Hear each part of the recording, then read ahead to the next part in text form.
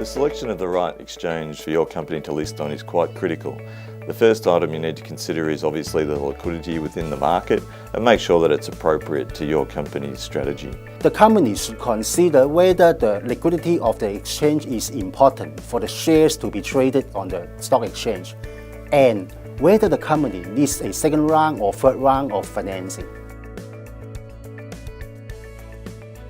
The next item is making sure that the web of regulation and governance requirements for that particular exchange is something that your company can meet. Quite often many companies can't meet some of the higher standards of the larger exchanges, and therefore it's more appropriate for them to list on a secondary stock exchange. The company should consider whether the internal control procedures in the corporate governance practice can fulfill the requirements of the exchange. Selecting the right exchange is important to look at a company's growth plans and where their revenues are most likely to be the majority of derived from in future years.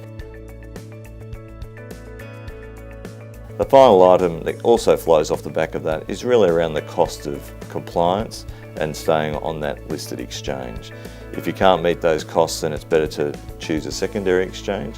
But if the higher or the bigger exchanges fits your strategy, your branding and the liquidity that you require, then obviously you go for the more costly exchanges.